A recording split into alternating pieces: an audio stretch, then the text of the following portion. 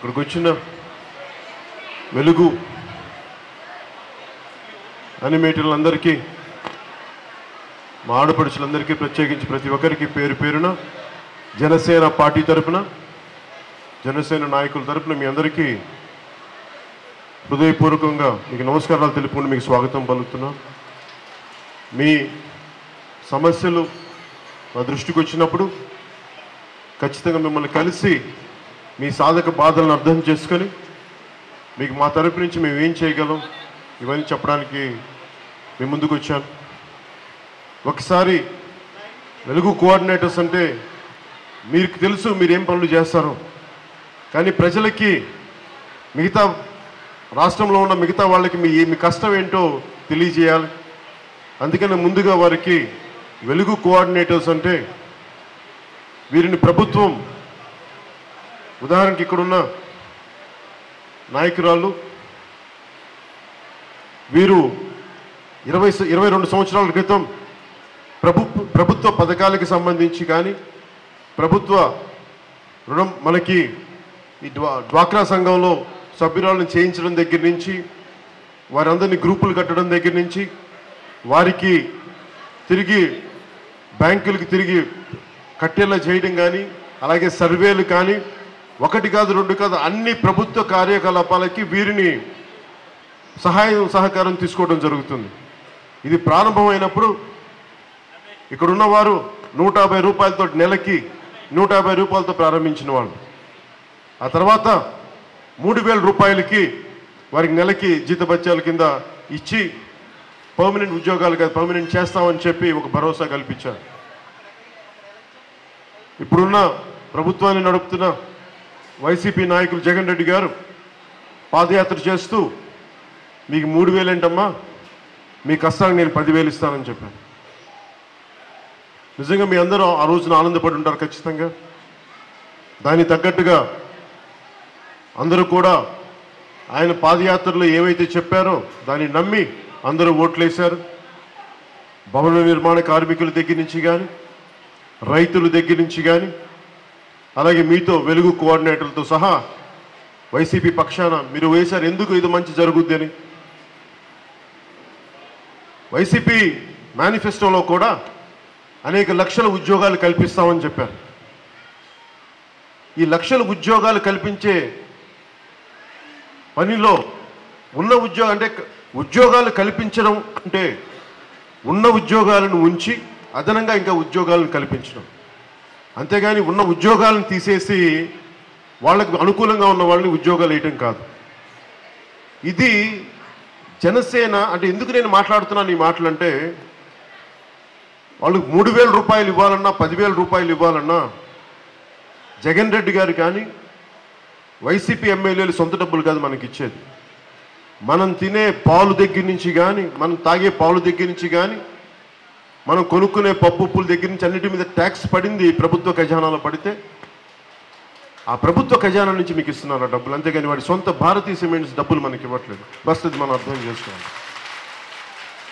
మరి ప్రభుత్వ ఖజానా నుంచి ఉన్న డబ్బుల్ని ఎలా పంచాలి అన్నదే ఏ ప్రభుత్వ విధానాలైనా ఉంటాయి.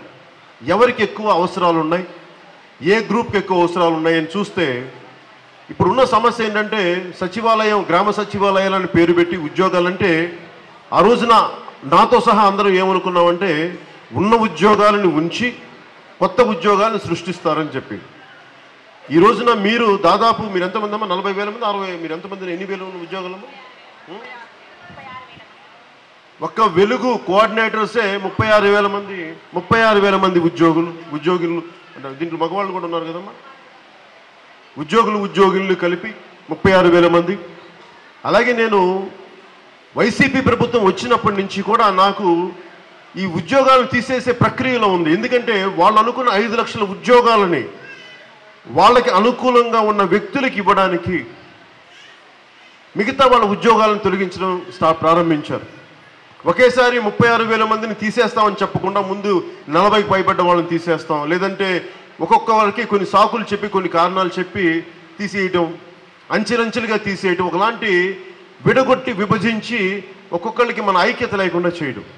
అలాగే ఈరోజు కూడా మీటింగ్కి దాదాపు దీనికి ఉన్నదానికంటే 2 ఇంతలు రావాలి అంటే ప్రతి ఒక్క స్థానిక నాయకుల చేత కానీ మిగతా అధికారిక వ్యవస్థల చేత ఫోన్లు చేయించి బెదిరించి వెనక్కి పంపించేస్తే ప్రభుత్వం మనల్ని చూసి భయపడుతుందని మీరు అర్థం దానికి. ఎందుకు భయపడాలి ప్రభుత్వాలు? మీ సొంత డబ్బులు కాదు మీరు ఇచ్చేది. నా దగ్గర నుంచి బయట రోడ్డు మీద పనిచేసే రైతు దాకా, టమాటో రైతు దాకా మీకు వడ్డీ కడితే, మీకు శిస్తులు కడితేనే మీకు ప్రభుత్వ ఖజానా నిండుతుంది. ఇలాంటి ఖజానాని, ప్రభుత్వ ఖజానాని సమర్థవంతంగా నిర్వహించాల్సిన నాయకులు మీకు అనుకూలంగా మీకు అధికారం ఉండటానికి ఉన్న ఉద్యోగాలను తీసేసి మీకు సంబంధించిన ఉద్యోగాలను పెట్టుకోవడం, ఇది ఎంతవరకు న్యాయం అనేది మనం ఖచ్చితంగా మనందరం ఒకసారి ఆలోచించాలి దీన్ని. ఇది రోడ్ల మీద పడి మనం అడగడం కంటే కూడా మనం కూర్చోబెట్టి మిమ్మల్ని ఇబ్బంది పెట్టే పరిస్థితులను నేను పెట్టినప్పుడు నేను చేయగలిగేదల్లా ఇలా ఎంతమంది ఉద్యోగాలు కోల్పోయారని చూస్తే, ఇప్పటికీ వాళ్ళు ఇచ్చింది 2,80,000 ఉద్యోగాలు అయితే వాళ్ళు తీసేసింది ఎన్ని లక్షల ఉద్యోగాలు మీకు చెప్పలేదు. దాదాపు 4 లక్షల పైచిలకు ఉద్యోగాలు తీసి 2,80,000 పైచిలకు ఉద్యోగాలు ఇచ్చారు. అది వాళ్ళు చేసింది. ఉద్యోగం ఇవ్వటం అంటే కొత్త ఉద్యోగాలు సృష్టించడం కానీ ఉన్న ఉద్యోగాలని తీసేయడం కాదని చెప్పి వైసీపీ తెలుసుకోవాలి. అందరూ నమ్మారు ఈ రోజున. ఎందుకంటే నేను పార్టీ పెట్టినాక, మనం ఎన్నికల్లో ఓడిపోయాక మళ్ళీ మేము అనుకోలేదు, సంవత్సరం వరకు మాకు పని ఉంటుందని మేము అనుకోలేదు. కానీ ఈ రోజున ఇంతమంది రోడ్డు మీదకి వచ్చి మాట్లాడుతున్నారంటే ఎంత ఆవేదన ఉందని నేను అర్థం చేసుకోగలను.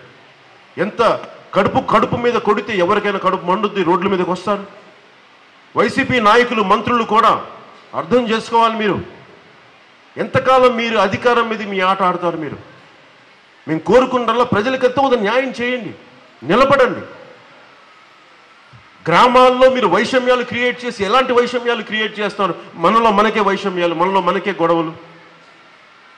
అంటే వర్గపోరు ఆఖరికి చివరికి వెలుగు కోఆర్డినేటర్లు ఉద్యోగాల దగ్గర కూడా తీసుకొస్తే వైసీపీ విభజించి మన ఉద్యోగాల్లో కూడా విభజించే తత్వం తీసుకొస్తుందంటే మనలో మనకే గొడవ పెట్టడం, మనందరం ఏకం కాకుండా సంఘటితం కాకుండా చేసే పనులు వీటన్నిటిని.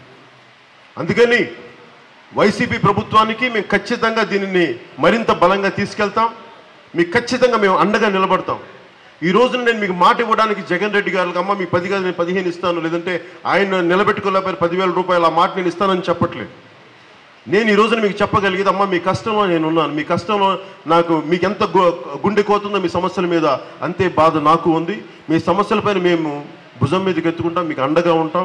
మీ సమస్యలపైన జనసేన పార్టీ తరపు నుంచి ప్రతి కార్యకర్త, ప్రతి సైనికుడి దగ్గర నుంచి నా వరకు మేము మీకు అండగా ఉంటాం.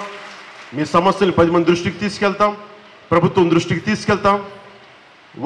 వారు చేసిన తప్పుల్ని ప్రజాక్షేత్రంలో తీసుకెళ్ళి మీకు న్యాయం జరిగే వరకు ఈ సమస్యని చాలా బలంగా మీకు ప్రజల్లోకి తీసుకెళ్తామని తెలియజేసుకుంటూ, ఇంత చక్కటి అవకాశాన్ని ఇచ్చిన మీ అందరికీ ధన్యవాదాలు తెలుపుకుంటూ నేను సెలవు తీసుకుంటున్నాను.